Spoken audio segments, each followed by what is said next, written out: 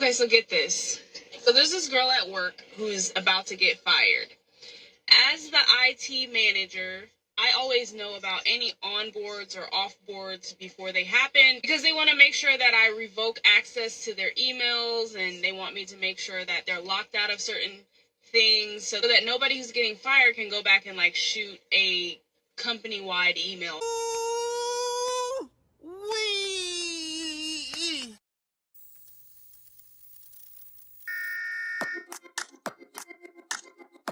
Hey, welcome back, Motivation Nation. It's your host, Air Gordon. Listen, for this video, I need to know what would you guys have done in this situation, and I'm gonna let you guys know now. This is a three-parter. So part two will come out tomorrow. All right. So this is part one of a three-part story. I was about to say series, but I meant to say story. But let's go. Let's get off into part one, and let me know what you would have done here. Okay, so get this. So there's this girl at work who's about to get fired. As the IT manager, I always know about any onboards or offboards before they happen because they want to make sure that I revoke access to their emails, and they want me to make sure that they're locked out of certain things so that nobody who's getting fired can go back and like shoot a company-wide email or anything like that. So I'm one of the first people to know when somebody's going to be onboarded or offboarded so that I can prepare their computer and their access and so on and so forth. So my boss, who is a super bitch, and the HR lady have been telling me we have an offboard coming up and this is super confidential. Nobody can know about this. And they keep saying that it's confidential. And I found out that the girl that they're firing, she's a really sweet girl. Like, she just got a raise. She just got promoted. Like, she does a great job at work. And she's always super sweet whenever you talk to her. So I'm like, okay, something strange is going on here. Now, normally, when it comes to affairs of onboards and offboards, I don't get involved. I just tell them what to do. I don't talk to the employee that is getting offboarded or whatever, just because that's not my place, that's not my job.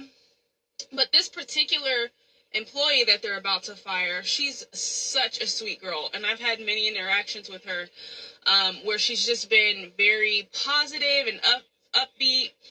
I know that she recently got married and she recently got a raise.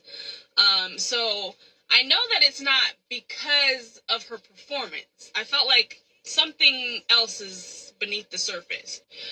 Y'all, I feel like God put it on my heart to tell the girl that she's about to get fired. So I text the girl and I'm like, hey, meet me upstairs by the elevator. And she's like, okay. So she comes upstairs. I pull her aside, like out of view. So I tell her, you're about to get fired, and they're about to do it on Tuesday. This was Thursday last week.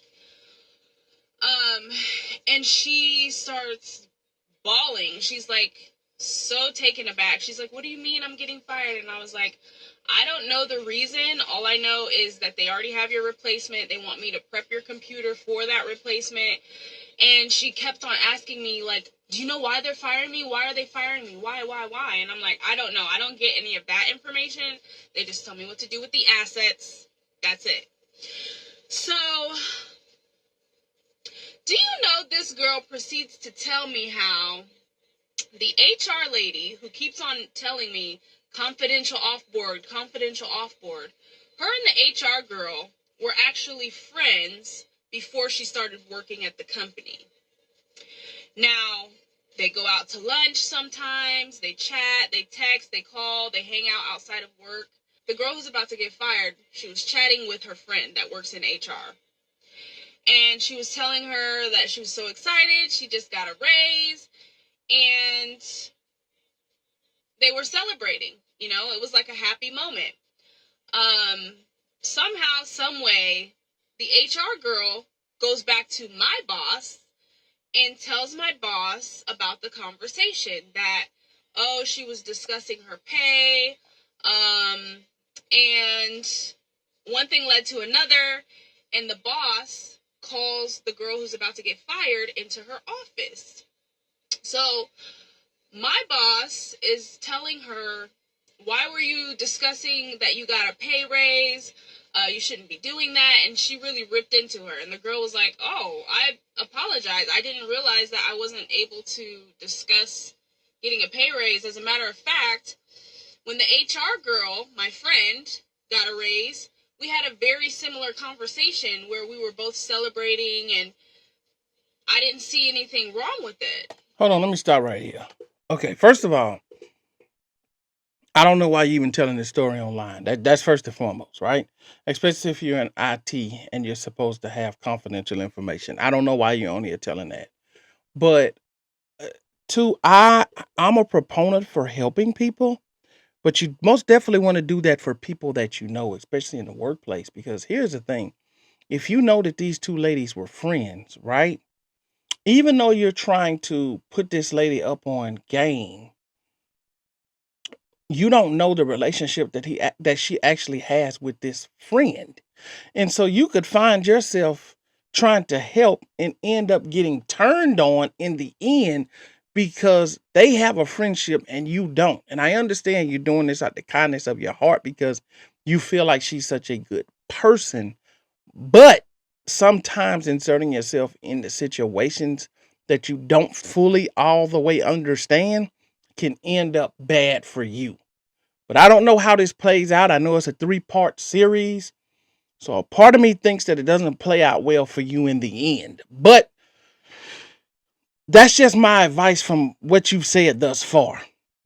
You're playing in a dangerous lane right now because you really don't know either one of these two and they actually have a relationship. But let me let you go on. And she says, ever since that conversation, things have been strange.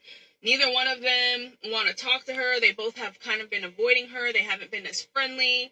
And now she's getting fired. Y'all, corporate America is nothing to play with. I've seen people undercut, backstab. I've seen people do some conniving, evil things, thinking that it's going to benefit their position in the company, or maybe help them with a pay raise, or maybe help them get close to somebody who can better their circumstance. And I have seen some cutthroat, heartless, cold individuals just do some very disgusting things. And this situation is one of them. So my intention here was just to tell the girl ahead of the weekend so that she could prepare herself, so that she could gather any evidence that might work in her favor, because I feel like specifically in this case, they know that they have some damning evidence against them, which is why they kept on telling me it's confidential, it's confidential, it's confidential.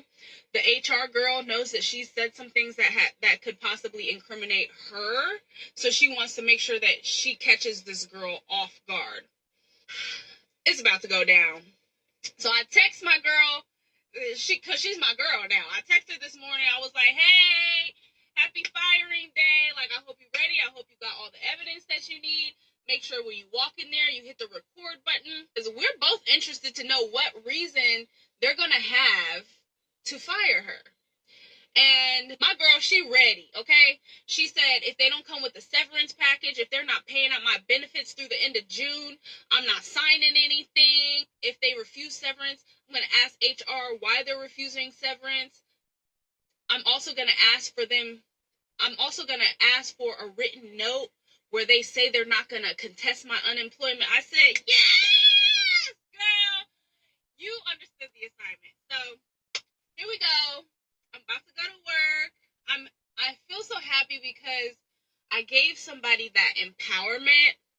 I remember when I got fired once before, how it felt. I felt so unprepared walking into that conversation, and I really wanted her to just take this opportunity to prepare herself. So, like and follow for part 2. So I'm gonna say this about that. But she's right about that part. It can be cutthroat in some scenarios in corporate America. Everybody who's had a job knows and understands that. But where she's wrong is depending on what state you're in, they don't actually have to have a reason. If you're in a right to work state, They can just wake up and they don't have to actually have a reason. Now, I don't know what state they're in, so the employment laws are different state by state. But they don't. If they're terminating you, they don't have to offer you any of those things. And so that's one clarification there. But like I said, that's her friend now, is what she said. So she's developed a friendship with this lady through this firing. And I think it's a noble thing. She's doing what she thinks is the right thing. But sometimes inserting yourself, especially in a work environment, in situations that don't necessarily involve you, can end badly for you. Now, I'm not saying not to do it.